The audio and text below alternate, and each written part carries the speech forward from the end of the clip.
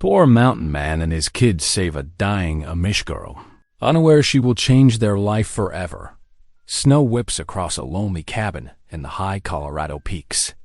Inside, a poor mountain man struggles to keep his children alive through the bitter winter. But one night, they find a young Amish girl half frozen by the creek. Against all reason, they bring her in. At first, it feels like a blessing. Her songs, her prayers, her quiet strength warming their broken home. But soon, dark boots crunch on the snow. Stern men arrive, claiming she belongs to them, and that taking her in is a crime. What secret is this girl hiding? Why are the powerful so desperate to drag her back? And when fire and betrayal strike, will this broken family lose the very girl who gave them hope before the truth can set her free? Every story brings us a little closer together. Before we dive in, drop a comment with where you're tuning in from. It's a joy to see how far this family of listeners reaches. The winter wind howled outside Lucas Boone's cabin, slipping through the gaps in the rough-hewn logs despite his best efforts to plug them with mud and moss.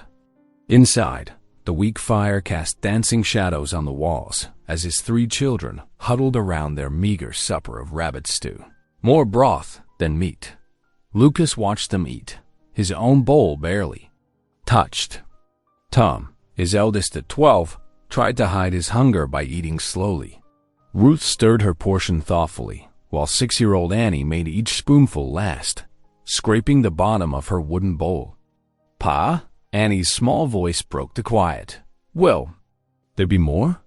Lucas felt the familiar ache of guilt twist in his chest. "Not tonight, sweet girl. But we're blessed to have what we do." He reached across the table and squeezed her tiny hand. "Shall we thank the Lord?"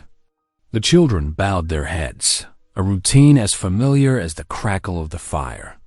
"Dear Lord," Lucas began, his voice rough but gentle, "we thank you for this food and the shelter of our home.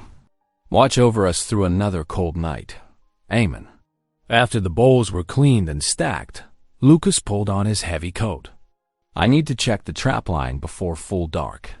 Tom, mind your sisters and keep the fire going." "Yes, sir," Tom answered, already reaching for another piece of wood. The cold hit Lucas like a wall as he stepped outside, lanterns swaying in his grip. Snow crunched beneath his boots as he made his way down the familiar path, the mountains looming black against the darkening sky. His breath formed clouds in the lantern light, and somewhere in the distance, a lone wolf howled. The creek had frozen solid weeks ago, and Lucas followed its course where he'd set his traps. The weak winter light was fading fast when he spotted something dark against the snow. His hand moved instinctively to his rifle. Wolves grew bold in winter, but as he drew closer, the shape resolved into something that stopped him cold dead. It was a girl, sprawled face down in the snow. She wore a plain dark dress and bonnet that marked her as different from the townsfolk, though the bonnet had come loose, revealing dark hair dusted with snow. When Lucas knelt beside her, he saw her lips had turned an alarming shade of blue. "Lord Almighty," he muttered, pressing fingers to her neck. A pulse fluttered, weak but present. "What kind of test is this? We can barely feed ourselves." But he couldn't leave her to die. His wife's voice seemed to whisper in his memory. "The Lord provides for those who help his children." Carefully, Lucas gathered the girl in his arms. She was lighter than she should have been, frozen cloth crackling as he moved her.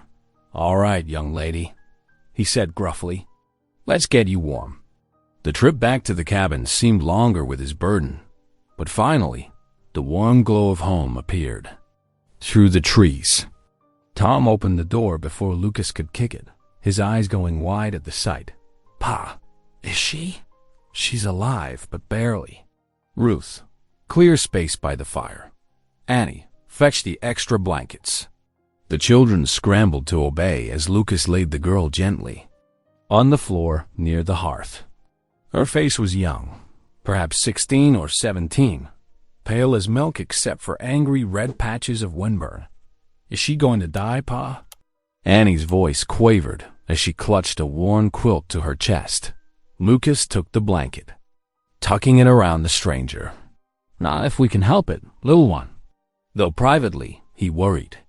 The girl was dangerously cold, and they had precious little to spare in terms of food or medicine. Ruth appeared at his elbow with a cup of warm water. We have to try, Pa, please. Lucas looked at his children's faces, Tom trying to appear strong but clearly concerned, Ruth's gentle determination, and Annie's tears threatening to spill. He thought of another winter night, years ago, when a stranger had helped his family through a brutal storm. We'll do what we can, he said finally. Tom, put another log on the fire. Ruth, help me get some warm water into her, careful-like. Annie, you can pray for her. The Lord listens extra close to little ones. As his children moved to their tasks, Lucas sent up a tired prayer of his own. Lord, if you're testing me, I reckon I understand why. But if you're going to send us strays to care for, might be nice if you could send a few more rabbits our way too. The fire popped and sparked, and outside, the wind continued to moan through the mountain passes. Lucas settled in for what promised to be a long night, watching the slow rise and fall of the stranger's chest and wondering what story had brought her to his door on this cold winter evening. Morning light crept through the frost-covered windows of the cabin, casting pale squares on the rough wooden floor. The girl they'd rescued still lay beside the hearth, her breathing shallow but steady. Lucas had kept watch through most of the night, feeding the fire and checking her pulse whenever it seemed to falter. Pa? Ruth's soft voice broke the morning. Quiet. Should we try to give her something warm to drink? Lucas nodded, already moving to hang the iron pot over the fire. Heat some water. We'll make a fin broth from yesterday's rabbit bones. While the water boiled, Ruth knelt beside the stranger, gently taking one of her pale hands between her own. She rubbed carefully, trying to warm the cold fingers. Her hands are like ice still, Ruth whispered, concern creasing her young forehead. Tom and Annie watched from their sleeping pallets, unusually quiet for the morning hour. The cabin felt different somehow, as if the presence of their unconscious guest had changed the very air within its walls. When the broth was ready, Lucas carefully lifted the girl's head, pressing the tin cup to her blue-tinged lips. Come on. Now, he murmured, just a little sip.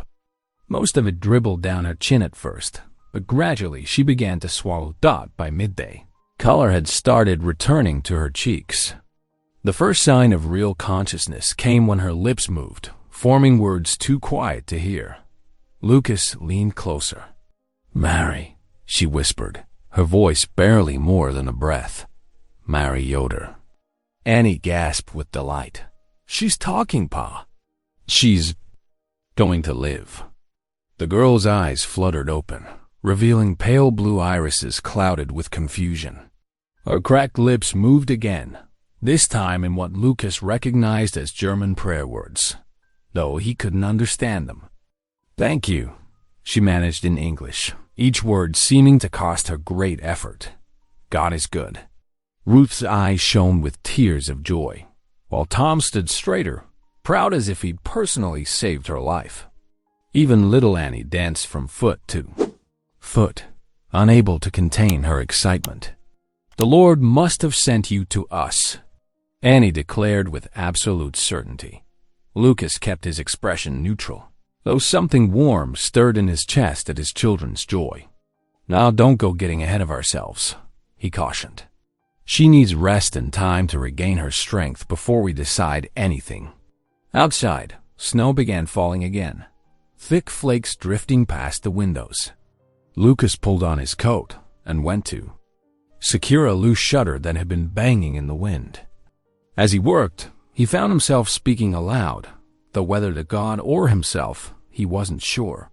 If this is some kind of test, he muttered, hammering a nail into place, you might have picked a better time than dead winter to send us another mouth to feed. When he returned inside, he found Mary attempting to sit up, her arms trembling with the effort. Before she could fall, Lucas crossed the room in 2 long strides and caught her shoulders. "Easy there," he said, his gruff tone softening, despite himself. "You're safe here, but you need to rest." Mary looked up at him, something like fear flickering in her eyes before being replaced by cautious trust. She nodded weakly and allowed him to help her lie back down. "Come supper time." Ruth managed to coax Mary into eating a few spoonfuls of stew. The cabin felt different with their guest awake, fuller somehow, as if her presence had filled in empty spaces they hadn't known existed. The fire seemed to burn brighter, the shadows less deep in the corners. Tom helped Lucas lay extra blankets near the hearth for Mary, his face thoughtful. "It's nice," he said quietly, glancing at their guest, who had already drifted back to sleep. "Kind of like having an older sister." Lucas only frowned, watching Mary's peaceful face in the firelight. He'd learned the hard way that good things often came with hidden costs, and winter was no time for taking chances.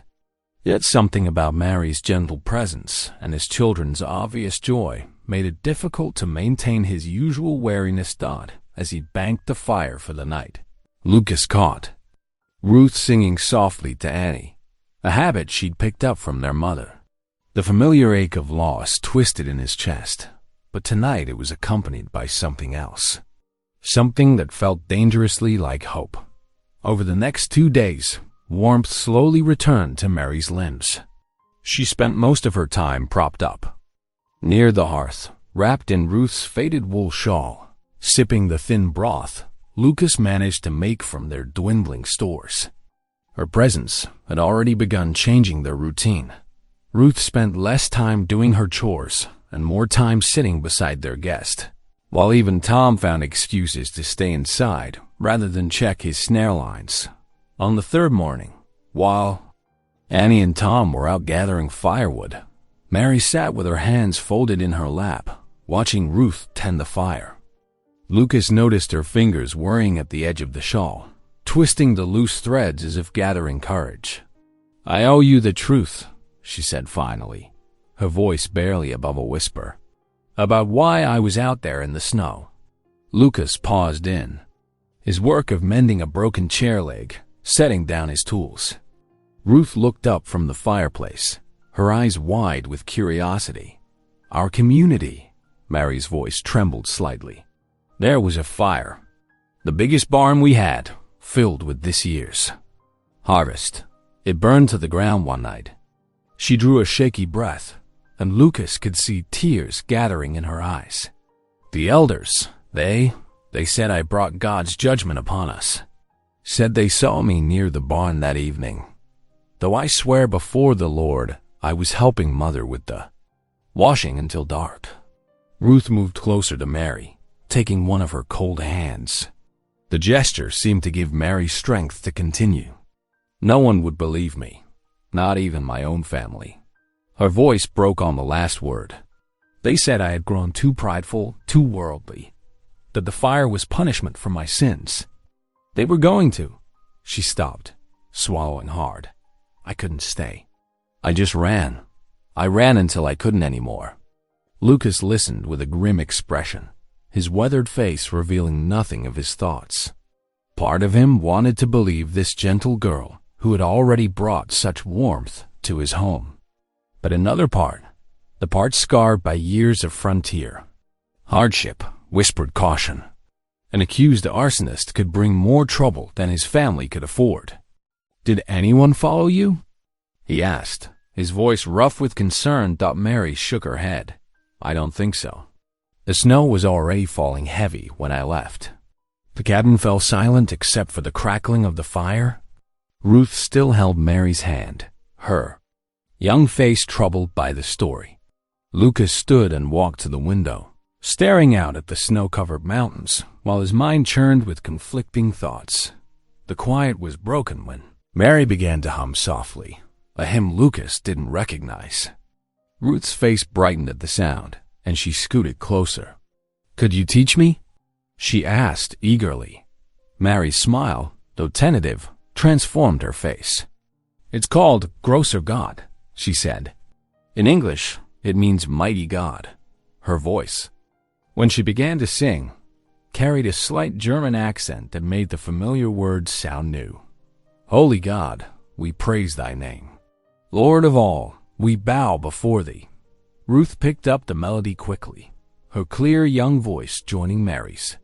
When Tom and Annie returned with their arms full of wood, they stopped in the doorway, enchanted by the sound. Soon they too were learning the words, the cabin filling with music it hadn't heard since Lucas's wife had passed. That evening, while the children helped Mary make their simple supper, Lucas stepped outside to pray. The cold wind bit through his coat as he stood facing the darkening mountains. He'd always believed he could trust his instincts. They'd kept him and his children alive this long. But Mary's presence confused those instincts, mixing danger with something that felt like blessing. "Lord," he whispered into the wind, "if you sent her here, give me wisdom to know it. And if trouble's coming," he left the rest unspoken as the wind gusted harder, reminding him how quickly danger could descend in the high country dot when he returned inside. The scene before him made his chest tighten with unexpected emotion. His children sat clustered around Mary near the fire, their faces glowing in the lamplight as she taught them another hymn. Tom, who rarely sang anymore, was attempting the German words with careful concentration. Annie leaned against Mary's knee, while Ruth harmonized softly with their guest's gentle voice. They looked like they belonged together, like Mary had always been part of their family. Lucas stood in the doorway, watching, unable to shake the feeling that turning her away now would be like trying to stop spring from coming to the mountains. Yet spring always brought its own dangers, flooding creeks, hungry predators, and sometimes strangers with deadly intentions. As he closed the door against the wind, Lucas wondered which this girl would prove to be, the gentle thaw of spring, or the devastating flood that followed. The pale light of dawn had barely touched the frost-covered windows when a heavy knock echoed through the cabin. Lucas jerked awake in his chair by the dying fire, while Mary, already up and helping Ruth with breakfast preparations, froze like a startled deer. The knock came again, more insistent this time. Lucas rose, gesturing for the children to stay quiet. Mary pressed herself against the back wall, clutching Annie's small hand as the little girl instinctively moved closer to her dot. Lucas opened the door to find two men standing rigid in the gray morning light. Their wide-brimmed black hats and plain dark clothing marked them as Amish elders. Their bearded faces held no warmth, only stern purpose. "We have come for Mary Yoder," the taller one stated without greeting. His accent was thick, his tone leaving no room for argument. "She will return with us now." Behind Lucas, he heard Mary's sharp intake of breath. Annie whimpered softly. "She's been ill," Lucas said, keeping his voice steady. His broad shoulders filled the doorway, blocking their view inside. "Found her half frozen in the snow 3 days ago. She's in no condition to travel." The second elder stepped forward, his eyes hard beneath his hat brim. "She belongs to our community. Her father has authorized us to bring her home." His words carried the weight of absolute authority. "She will face the consequences of her actions according to our ways." "Please," Mary's voice trembled from inside. "Please, I cannot go back." Annie's small fingers tightened around hers. Lucas remained unmoved in the doorway. "As I said, she's too weak to travel. That's all there is to it." The taller elder's face darkened. "You have no right to keep her. She is property of her community until marriage. If you refuse to release her, there will be consequences." He straightened his already rigid posture. "The sheriff knows our ways. He respects our authority in these matters." "Good day to you," Lucas said firmly, and closed the door in their faces. He stood listening until their footsteps crunched away in the snow, then turned to face his anxious family. Mary had sunk to her knees, tears streaming down her face. Annie wrapped her small arms around Mary's neck, while Ruth hovered nearby, distressed. Tom stood with his fists clenched, looking more like a man than a boy. What they said about the sheriff, Lucas spoke gravely, running a hand through his graying hair. It's true. The Amish have influence in town. Their word carries weight with lawfolk. They'll hurt her if she goes back, Tom burst out. You saw their faces. Mary wiped her eyes with trembling fingers. The punishment for bringing shame to the community. She couldn't finish the sentence, but her terror was plain enough. Lucas paced the small cabin, his boots heavy on the wooden floor. The morning light grew stronger, casting long shadows through the windows. The pot of breakfast porridge sat forgotten on the stove, starting to smoke slightly until Ruth hurried to stir it. They gathered around the table for their evening meal in unusual silence. The day had passed in tense watchfulness, every distant sound making them start.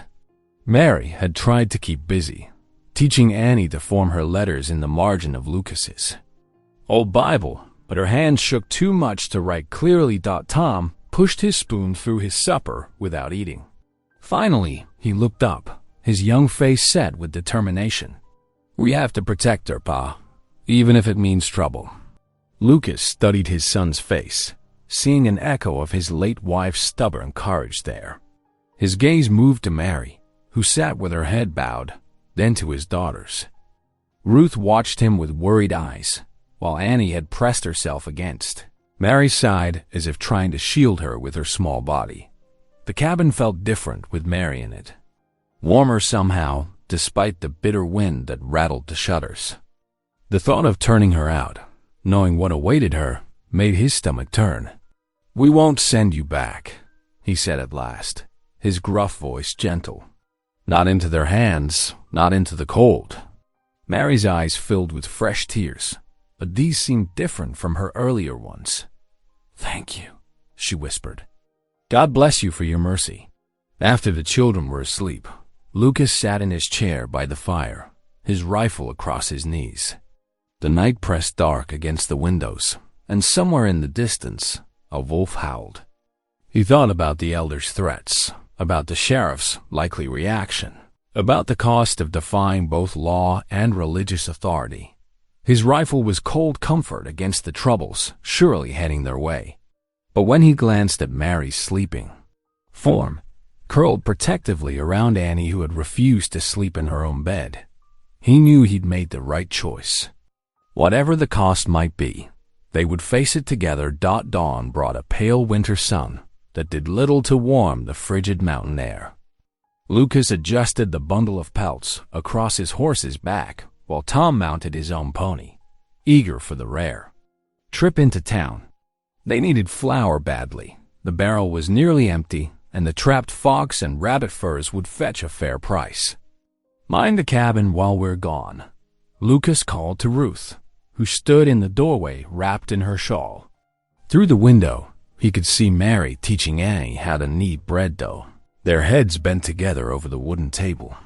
The ride into town took 2 hours, their horses' hooves crunching through crusty snow. Tom chatted about wanting to check if any new penny dreadfuls had arrived at the general store, though Lucas doubted they could spare money for such luxuries. The town seemed unusually busy for a winter morning. As Lucas and Tom tied their horses outside Miller's general store, Lucas noticed people stopping their conversations to stare. A group of women huddled near the millinery shop whispered behind their hands, their eyes following him. Inside the store, old Mr. Miller's usual friendly greeting was notably cooler. He examined the pelts with less enthusiasm than usual, though he couldn't fault their quality. Fine fox fur, he muttered, counting out less money than Lucas expected. Times are hard. While Tom longingly examined the candy jars, Lucas heard snippets of conversation from other customers. Harboring that Amish girl. Heard she burned down. Those plain folk are mighty upset. Lucas grabbed Tom's shoulder, steering him away from the candy. They were loading sacks of flour into their saddlebags when Sheriff Hart appeared, his badge glinting in the winter sun. "Lucas," the sheriff said quietly, "need a word." They stepped aside, though curious onlookers still strained to hear. Tom hovered protectively near his father's elbow. "Those Amish elders came to my office yesterday," Hart said, hooking his thumbs in his belt. "They're pressing for a hearing about the girl. Say she's their responsibility by law and custom." Lucas squared his shoulders. "She's not property, Caleb. She's a sick girl who needed help. Heard tell she's an arsonist." The sheriff's eyes were concerned rather than accusing. "That's serious business." "She swears she's innocent," Lucas said firmly. "You should see how she is with my children. There's no meanness in her." Sheriff Hart sighed, scuffing his boot in the snow. "I know you mean well, Lucas, but this could get messy. Those plain folk have influence with the territorial judge. Might be easier to let them handle their own. Easier ain't always right." Lucas felt Tom press against his side, proud and scared all at once. "She stays with us until she's well enough to choose her own path." "Your choice," Hart said heavily. "But there'll likely be a hearing called. Best prepare yourself and her." The ride home seemed longer, worry weighing on Lucas's mind heavier than the flour in their saddlebags. They arrived as afternoon shadows stretched across the snow-covered yard. Inside, they found Mary sitting by the fire with Ruth, showing her how to mend a torn apron with neat, tiny stitches. "See how the thread catches just so?" Mary was saying. "That makes it stronger." Annie sat at their feet, watching the needle flash in and out of the fabric. The cabin smelled of fresh bread and coffee. Lucas's throat tightened at how domestic it felt. How right and how fragile it all was. After supper, they gathered around the fire as usual. The children were sharing stories about their day when Mary's soft voice rose in prayer. "Dear Lord," she said in careful English, her accent gentle, "please forgive my community their anger. They act from fear, not hatred. Bless them with understanding." Her voice grew stronger.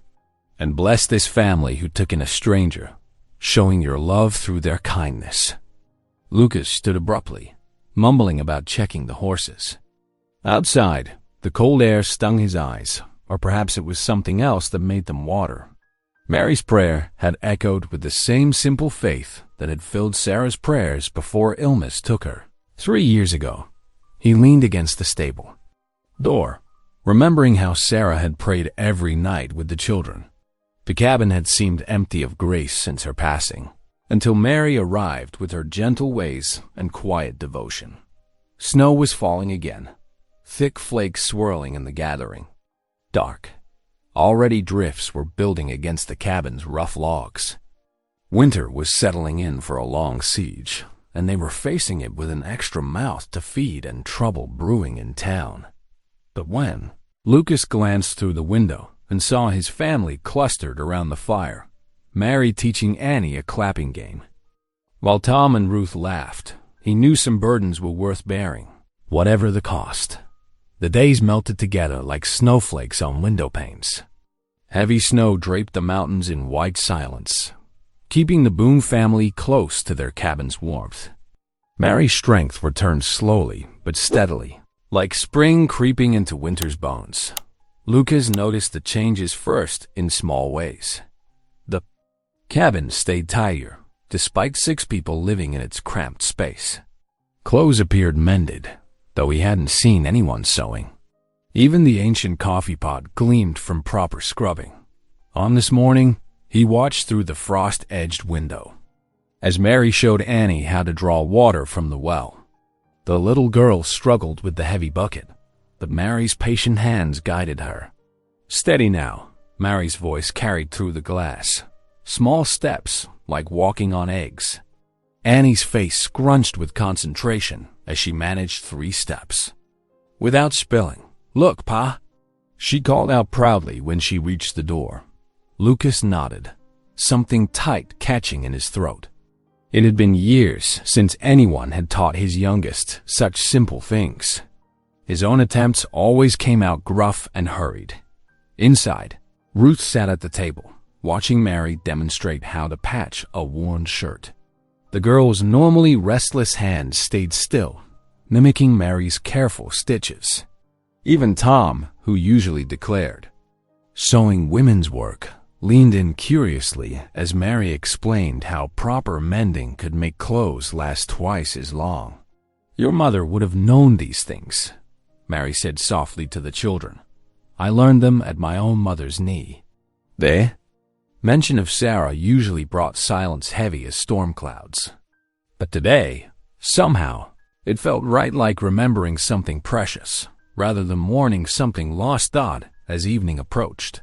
The children gathered around the fire while Mary stirred a pot of bean soup. The aroma mixed with fresh bread she'd baked that morning, making the cabin feel more like home than it had in years. "Tell us a story?" Annie pleaded, tugging at Mary's skirts. "About when you were little?" Mary smiled, settling onto the rough-hewn bench. "I could sing you something instead. A hymn my mother taught me when I was no bigger than you."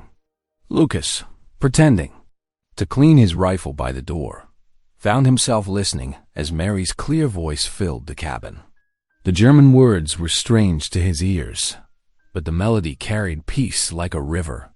Annie crawled into Mary's lap, while Ruth and Tom sat cross-legged at her feet.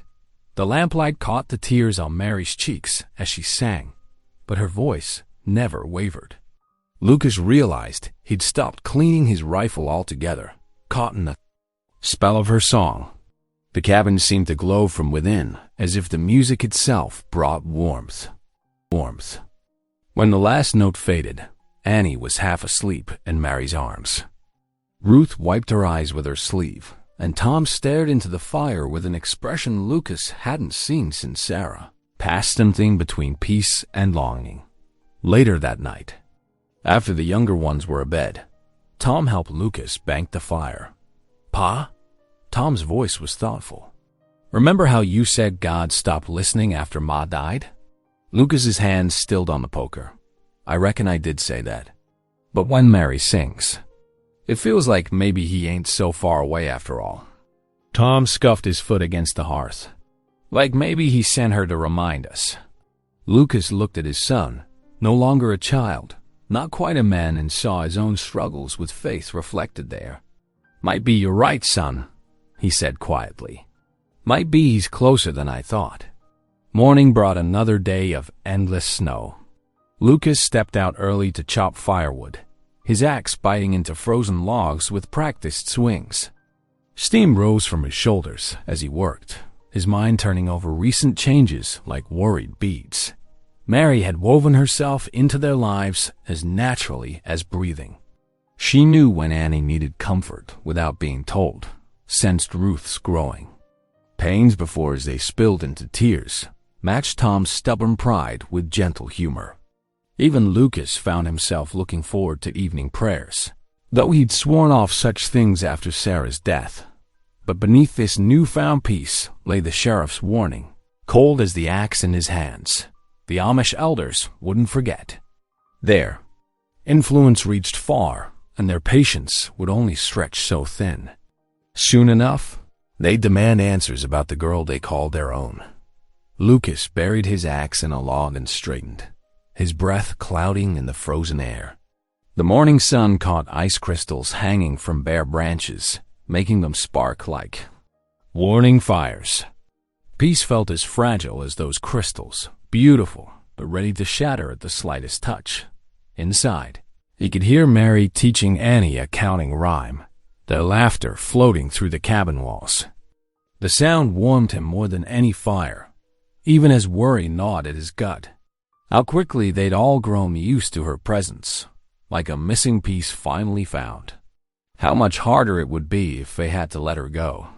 The morning dawned clear and cold, the storm finally breaking after days of relentless snow. Lucas stood in the doorway, studying the pale blue sky.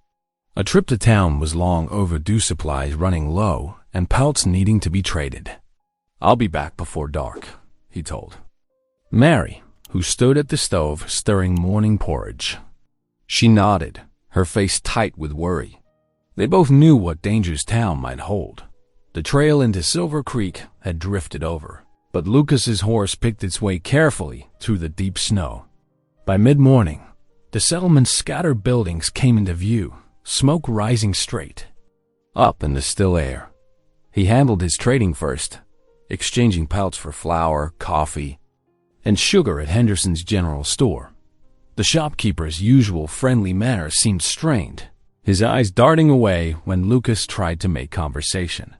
The saloon was next, not for drinking, but for news. Lucas hadn't taken more than 3 steps inside when he caught fragments of conversation that made his blood run cold. Filed formal papers with the circuit judge, claiming the girl's rebellious, maybe even dangerous. Shame about Boone getting mixed up in Amish business. Lucas ordered coffee he didn't want, just to stay and listen. 2 men at the bar, neither looking his way, continued their discussion. Elders say she violated their laws, brought shame on the community. They're demanding the sheriff step in. Heard they're calling her unstable. Say she needs their guidance for her own good. The coffee turned bitter in Lucas's mouth. He'd expected trouble, but not this kind of calculated attack on Mary's character. Legal charges would be harder to fight than mere threats. At the post office, more bad news waited.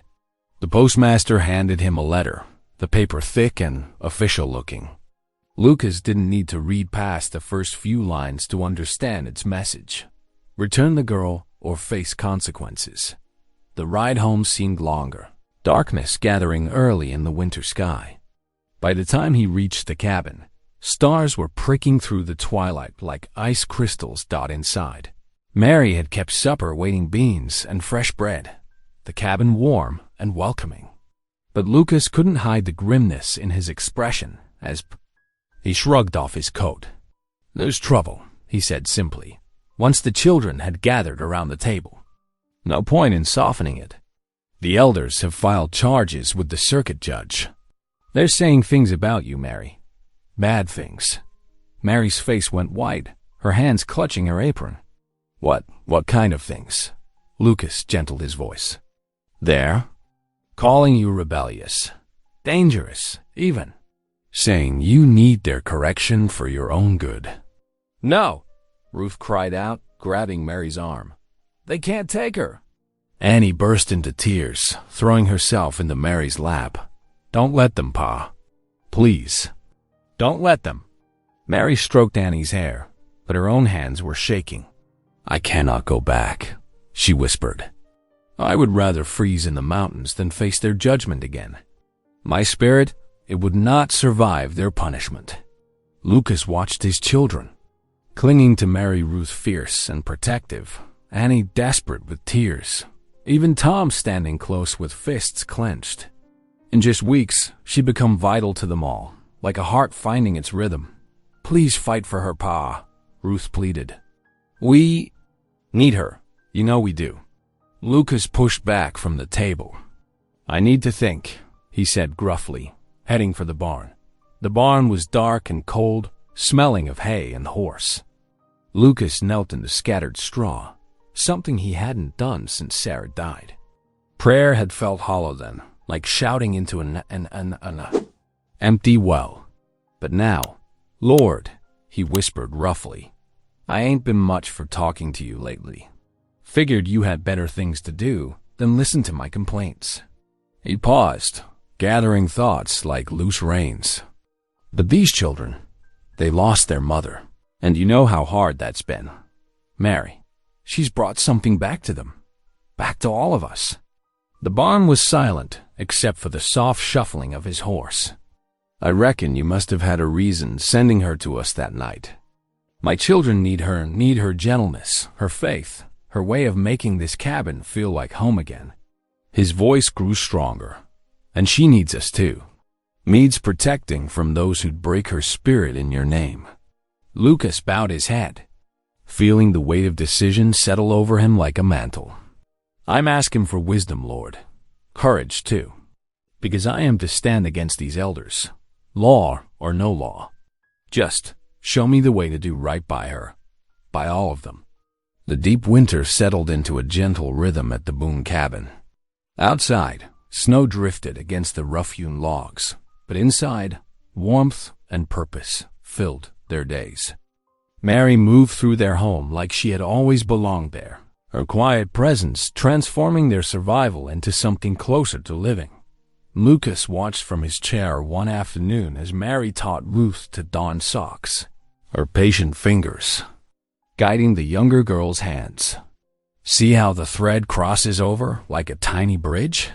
She explained, her voice soft but clear. Each stitch makes the weak spot strong again. Ruth's face glowed with concentration. Just like you fixed Pa's coat yesterday. That is right, Mary smiled. Sometimes the smallest repairs make the biggest difference. The practical gifts Mary brought to their household were plain enough mended clothes, orderly shelves, bread that rose golden and fragrant. But Lucas found himself noticing other changes too. The way she taught Tom to write his letters more clearly, showing him how to form each character with care. How she braided Annie's hair each morning, whispering little prayers of blessing that made the child beam. One evening, as Lucas returned from checking his trap lines, he heard singing floating from the cabin.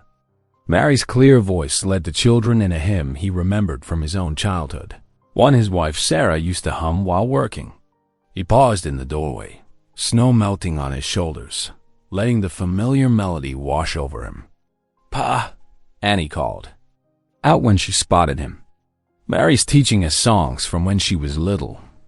Lucas hung up his coat, noting how the cabin seemed warmer somehow, more alive. That so? Mary ducked her head, suddenly shy. Just simple songs my mother taught me. They help pass the time while working. They're beautiful, Ruth declared. Like having music in our hearts all day. Later that night, after the children were asleep, Mary sat by the fire mending one of Tom's shirts. Lucas found himself studying her face in the flickering light. Quiet strength in her features, the peace that seemed to radiate from her despite all she had endured. "Thank you," he said gruffly, surprising himself. "For all you do here." Mary looked up, her needle pausing mid-stitch. "This home, these children, you have given me so much more than I could ever repay. Reckon some things aren't about paying." "Back," Lucas replied, thinking of his own journey from bitterness to something like hope. The next evening brought a moment of pure joy that would stay with Lucas for years to come. Mary had the children gathered around the fire, telling them about her childhood on the Amish farm. Her eyes danced as she described the antics of two, particularly stubborn goats. They would eat anything, she said, gesturing with her hands. Once, they chewed right through Mother's washing line. All her clean clothes fell right into the mud. Annie giggled, and even Tom cracked a smile. Ruth leaned forward eagerly. "What happened then?" "Well," Mary continued, her voice warm with memory, "Father was very cross, but Mother just laughed and said, at least the goats had clean teeth. And then," she paused for effect, "one of them ate Father's hat right off his head." The cabin filled with laughter, Annie's high giggles, Ruth's delighted chuckles, Tom's reluctant chortles. And Lucas found himself joining in, a deep rumbling laugh he had almost forgotten he possessed. The sound of it surprised him, like finding an old friend waiting at your door. Mary's eyes met his across the fire, bright with shared mirth, and something shifted in Lucas's heart. He realized that this was more than just survival now. This was family. This was healing. The peace of that moment felt complete, perfect in its simplicity. But unknown to them, danger lurked at the edges of their contentment. In the growing darkness beyond the cabin's warm windows, shadows moved among the trees. Two men, sent by the Amish elders, watched the lamplit scene with cold determination. They had tracked Mary through the snow, waiting for the right moment to reclaim her. Inside, Lucas stoked the fire one last time for the night, listening to Mary's soft voice leading the children in their bedtime prayers. The cabin felt whole in a way it hadn't since Sarah's passing, as if some missing piece had finally been restored. "Time for sleep," he announced, and the children rose obediently, each hugging Mary before heading to their beds. She touched each small head gently, murmuring blessings in her native German. Later, as the fire burned low and the children's breathing deepened into sleep, Lucas caught Mary looking at the family Bible on the shelf, the one that had gathered dust since Sarah died. "Would you read from it sometimes?" he asked quietly. "Like you do your own?" Mary's smile was like sunrise after a long night. "I would be honored," she replied. Neither of them saw the dark figures retreating into the forest, carrying news back to the elders.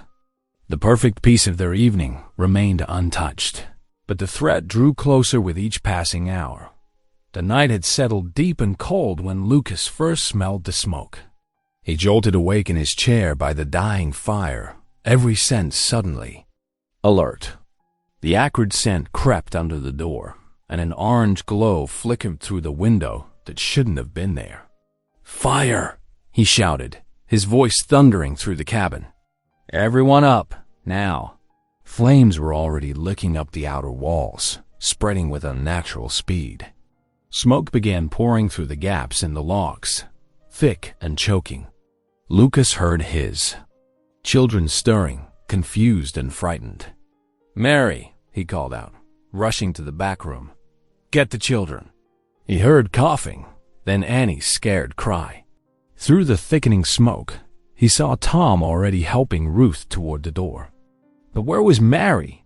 A scream pierced the night from outside, Mary's voice filled with terror.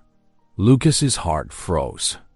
More voices followed, deep and male, speaking harsh German words.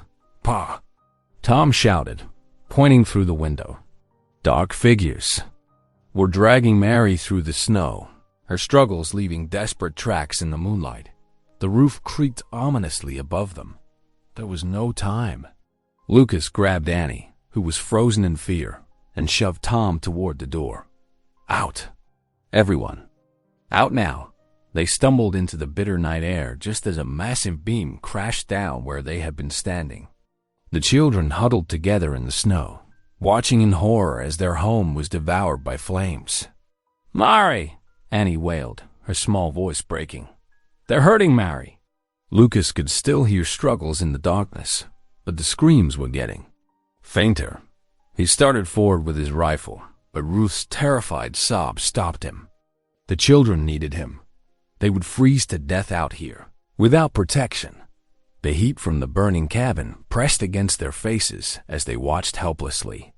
The roof fell in with a tremendous crash, sending sparks spiraling up into the black sky.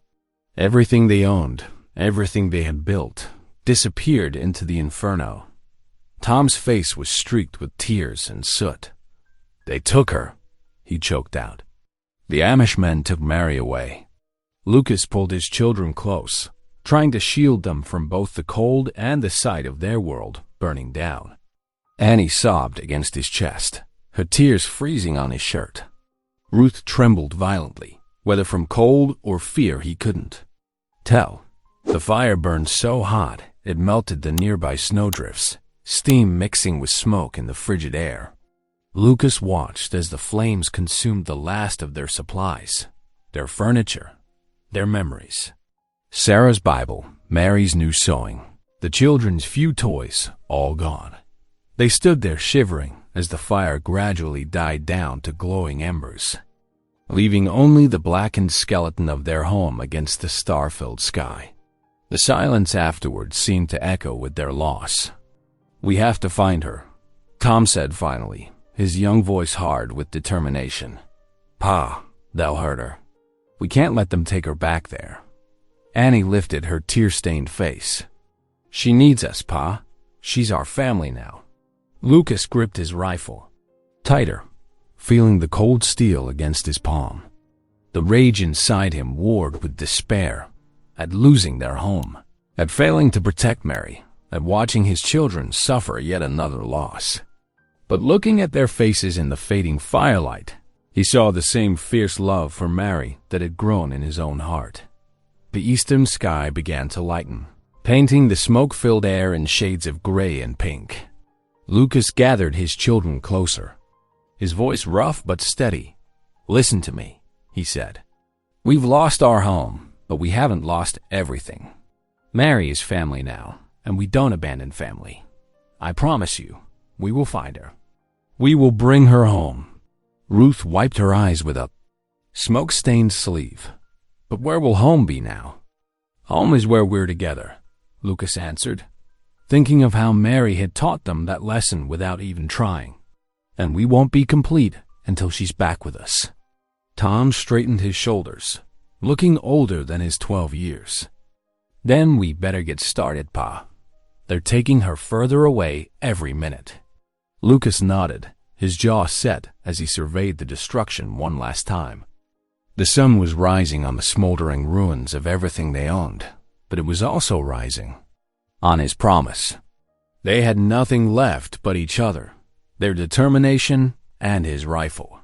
It would have to be enough. The smoke still rose in thin tendrils from the ashes of their cabin as Lucas led his children away from the destruction, following the tracks in the snow where Mary had been dragged away. Each step felt heavy with purpose, weighted with the responsibility of his promise. They had lost their home, but they wouldn't lose Mary. Not while he had breath in his body and strength to follow. The bitter wind cut through Lucas's wet clothes as he led his shivering children across the snow-covered field toward Jacob Miller's barn. The old structure stood solid against the pre-dawn sky, its weathered boards promising at least some shelter from the cold. "Almost there?" Lucas encouraged, helping Annie through a deep drift. Her small boots were soaked through, and her teeth chattered uncontrollably. Tom and Ruth pressed close behind, their faces pale with exhaustion and worry. The crunch of their footsteps alerted the Miller family. A lantern light appeared, swinging through the darkness as Jacob himself hurried out to meet them. "Good Lord!" "Above!" Jacob called out, his eyes widening at their smoke-blackened clothes and haunted expressions. "What's happened to you?" "Our cabin burned," Lucas managed, his voice rough. "The Amish men took Mary." Sarah Miller appeared in her nightdress and shawl, gasping at the sight of them. "Get those children inside this minute. They'll catch their death." Inside the Millers' warm kitchen, wrapped in borrowed blankets, the Boone children huddled close to the cook stove while Sarah pressed mugs of hot tea into their trembling hands. Lucas stood at the window, staring into the darkness where Mary had disappeared. "I'll need to borrow a horse," he said quietly to Jacob. "And I'd be grateful if you'd watch the children while You'll need more than just a horse." A deep voice interrupted from the doorway.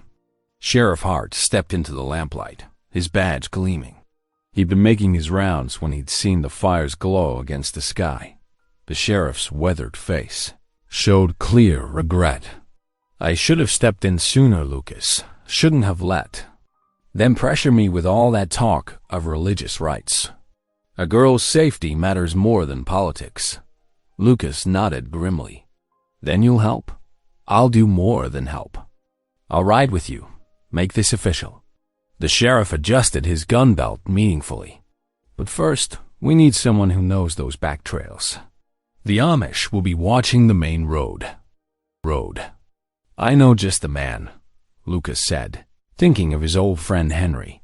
The Ute Scout had saved his life once in these mountains, and Lucas had returned the favor by helping Henry's brother during a harsh winter drought, as if summoned by the thought.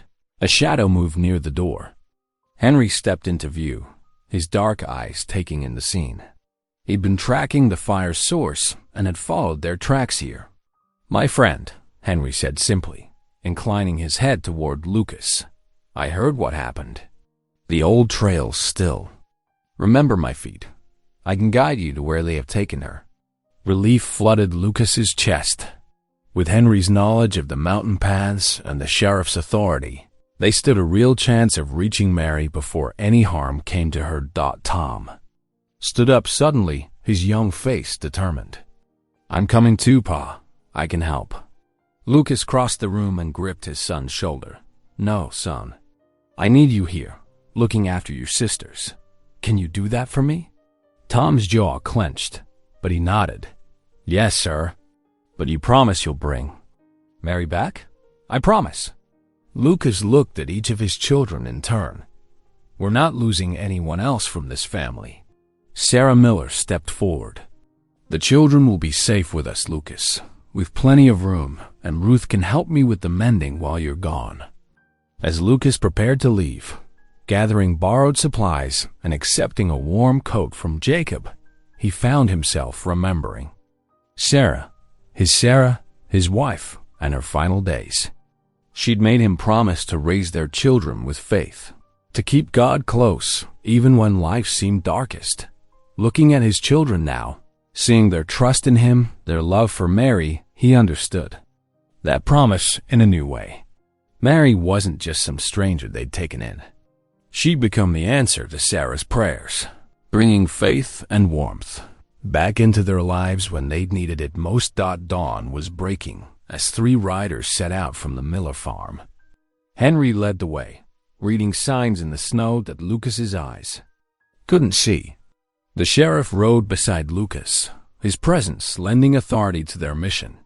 They carried little in the way of weapons, Lucas's rifle, the sheriff's revolver, but their determination burned hotter than the fire that had claimed the cabin.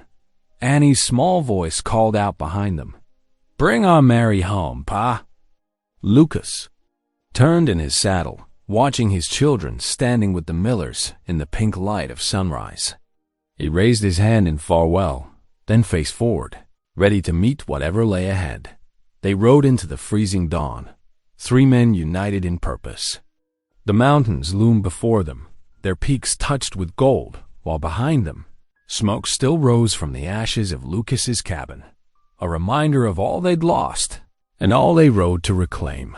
The winter sun sank behind the mountains, painting the snow-covered valley in deep purple shadows. Lucas and Henry dismounted, leading their horses through a thick stand of pine trees. The sheriff had stayed behind to gather more men, promising to follow their trail by morning. Now, yellow lamplight flickered from the windows of the Amish meeting hall below them, a beacon in the growing darkness. Henry touched Lucas's sleeve, pointing to a narrow path that wound down through the trees. "The snow will muffle our steps," he whispered, "but we must move like deer, silent, watchful."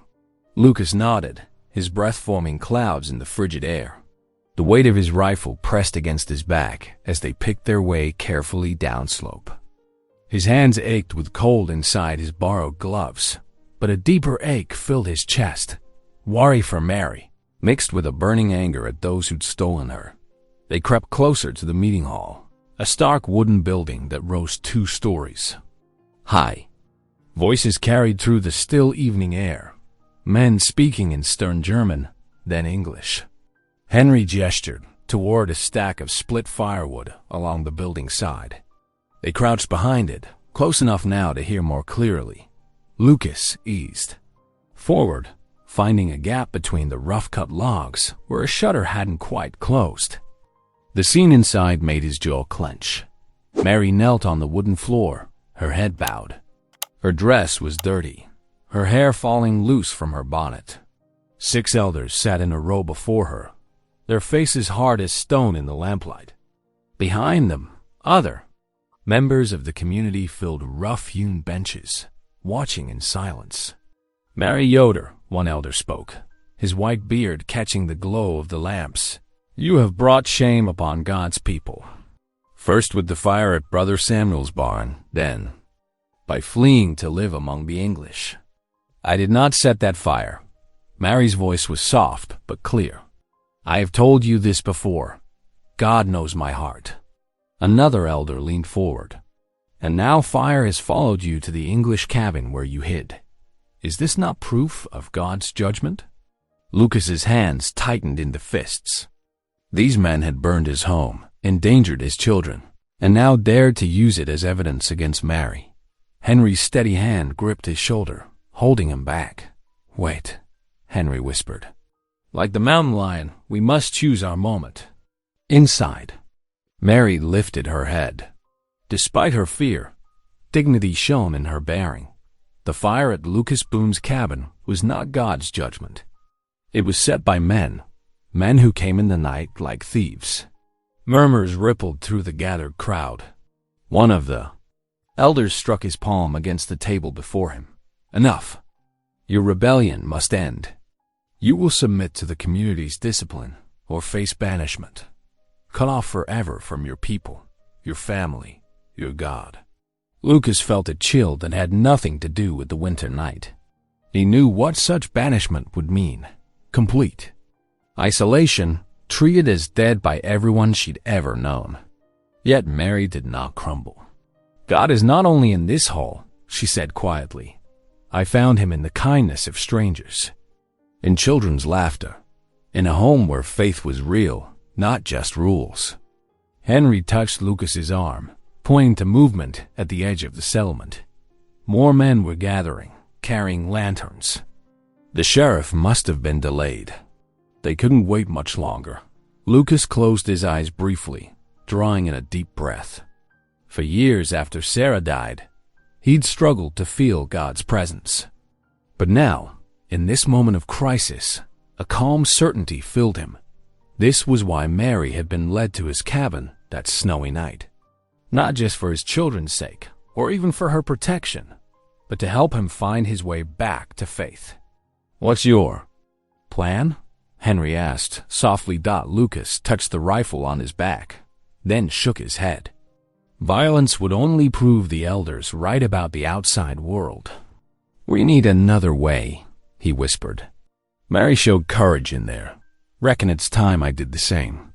Inside the hall, the eldest of the men stood, his voice heavy with judgment.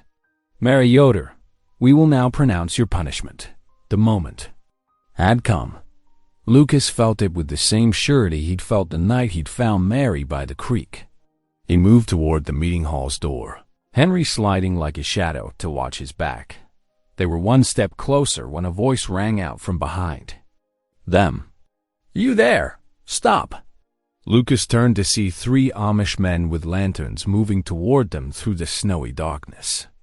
Inside the hall, the voices had gone quiet. This wasn't how he planned it, but perhaps God had other ideas. Lucas straightened to his full height, ready to face whatever came next. Behind him, Henry melted into the shadows, waiting to help if things went wrong. The door of the meeting hall creaked open, spilling lamplight across the snow. Lucas stood his ground as faces turned toward him, Mary's eyes finding his with a mix of fear and hope, the elders rising in alarm, and the future hanging suspended in the frozen night air. Dawn broke crisp and clear over the Amish settlement, painting the snow-covered ground in shades of rose and gold. Inside the meeting hall, oil lamps still flickered as the community gathered once more. Mary knelt in the same spot as the night before, her plain dress wrinkled, her face pale but composed. The eldest of the leaders, Brother Jacob, stood before the assembly, his white beard catching the mixed light of morning and lamp flame. "We have prayed through the night for guidance," he announced, his voice carrying to every corner of the hushed room. "The judgment we must render brings us no joy." Mary's hands trembled in her lap, but she kept her head high. The other elders nodded gravely, their dark coats and broad-brimmed hats casting long shadows in the dim hall. "Mary Yoder," Brother Jacob continued, "your actions have brought discord to our peaceful community. The fires that follow in your wake can only be—" The heavy wooden door burst open, cutting off his words. Gasps rippled through the gathered crowd as Lucas Boone strode in, snow dusting his shoulders. But he wasn't alone. Tom, Ruth, and little Annie hurried behind him, their cheeks red from the cold morning air. "We came as fast as we could, Pa," Tom said, slightly out of breath. "Mr. Jenkins brought us in his wagon soon as he heard. "Mary!" Annie broke free, running toward the kneeling girl despite the scandalized murmurs of the assembly. Ruth followed close behind. "This is unseemly," one of the elders protested, rising to his feet. "You have no right to interrupt our proceedings." Lucas stood straight and tall, his voice clear and steady. "I have every right to speak for one of my own." Mary's eyes filled with tears as Annie and Ruth reached her, their small arms wrapping around her shoulders. Tom moved to stand protectively. Beside them, chin lifted in defiance of the stern faces before them. "Your own?" Brother Jacob's bushy eyebrows drew together. "This girl belongs to our community.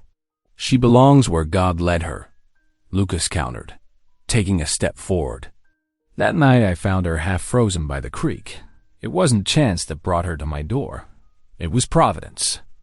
He looked around the room, meeting the eyes of the assembled. "Families. You call her a danger, say she brings fire and destruction. But I tell you this, Mary Yoder saved my family. Not just from cold and hunger, but from something worse. We were dying inside, forgetting how to love, how to believe." "Pretty words," another elder scoffed, "but they don't erase her crimes." "What? Crimes?" Tom spoke up, his young voice strong with conviction. "The barn fire she didn't set? Or maybe you mean the fire at our cabin, the one your men started." A ripple of unease moved through the crowd. Some of the younger members exchanged uncertain glances. "Mary taught us hymns," Ruth added softly, but her voice carried in the quiet hall. "She shows us God's love every day." Annie nodded vigorously. "She makes the best bread and tells the best stories, and she's our sister now." Lucas moved closer to the small group, his presence solid and reassuring. "I didn't come here to fight," he said, his tone gentler now. "I came to speak truth before God and this assembly. You talk of judgment and punishment, but have you considered mercy?" Brother Jacob's stern expression wavered slightly. "Our ways preserve us. Your ways are meant to serve God," Lucas interrupted, "not become gods themselves. I've learned that from Mary. She lives her faith with every gentle word, every kind act. If that's rebellion in your eyes, then maybe it's your eyes that need changing, not her heart." Mary looked up at Lucas, wonder and gratitude shining through her tears. The children pressed closer to her, forming a living shield of love and determination. "You would take her into your home?" Brother Jacob asked slowly. "Knowing she's been accused, knowing the consequences?" "She's already home," Lucas answered firmly. "These children are her family now. I'm asking you to see God's hand in this, not judgment, but mercy.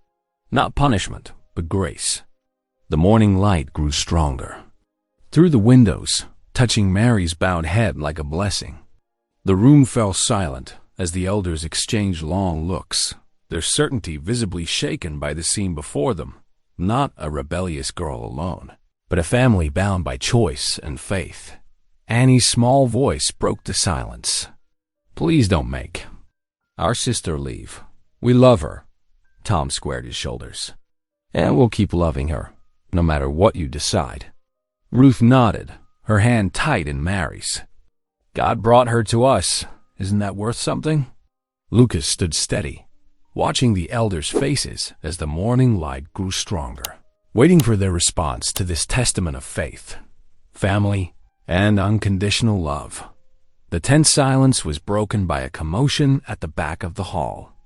A young man in plain clothes pushed through the crowd, his face twisted with guilt. "I must speak," he called out, his voice trembling. "I can bear this burden no longer." Brother Jacob turned. "Samuel Yoder? What is this?" I set the barn fire," Samuel confessed, his shoulders shaking. "Not Mary. I was envious of her father's new barn while ours lay in disrepair. I never thought they would blame Mary." Gasps echoed through the meeting hall. Mary's hands flew to her mouth as tears spilled down her cheeks. The elders' faces flushed red with shame as the truth of their harsh judgment became clear. After a long moment, Brother Jacob cleared his throat. "Mary, we have done you great wrong. You are free to choose your own path now." Mary rose slowly, supported by Ruth and Annie's small hands. She looked at Lucas, her eyes bright with joy and certainty. "I have already chosen my family," she said clearly. "God led me to them through the snow, and with them I will stay." The Boone children surged forward, enveloping her in a tight embrace as tears and laughter mingled. Lucas bowed his head, his voice rough with emotion. "Thank you, Lord, for showing us your truth today." Spring painted the mountains with fresh color as neighbors from miles around gathered at the Boone homestead. The sound of axes rang through the valley as men hauled logs and raised new beams for the cabin. Lucas worked alongside them, his heart full at their generosity. Mary moved among the workers, offering water and fresh bread, her plain dark dress now adorned with a practical apron instead of her traditional bonnet. Her smile brightened the worksite as she directed Ruth and Annie in carrying plates of biscuits to the tired men. "Never seen so many hands make such quick work," Lucas remarked to Tom, who helped stack stones for the new hearth. By dusk, the cabin stood strong again, its fresh-cut timber gleaming in the fading light. The workers departed with full bellies and warm handshakes, leaving the family to gather around their new fireplace. Mary's clear voice lifted in a familiar hymn, and one by one, the children joined in. Lucas watched them, remembering that cold winter night when he had found a half-frozen girl by the creek. Now she sat among them, no longer a burden but a blessing that had transformed their lives. The fire crackled softly as their voices blended. In harmony, peace settled over the cabin like a warm blanket, promising brighter days ahead. If this story made you pause, reflect, or even smile, don't forget to subscribe. I post daily, and the next story might be exactly what you need to hear.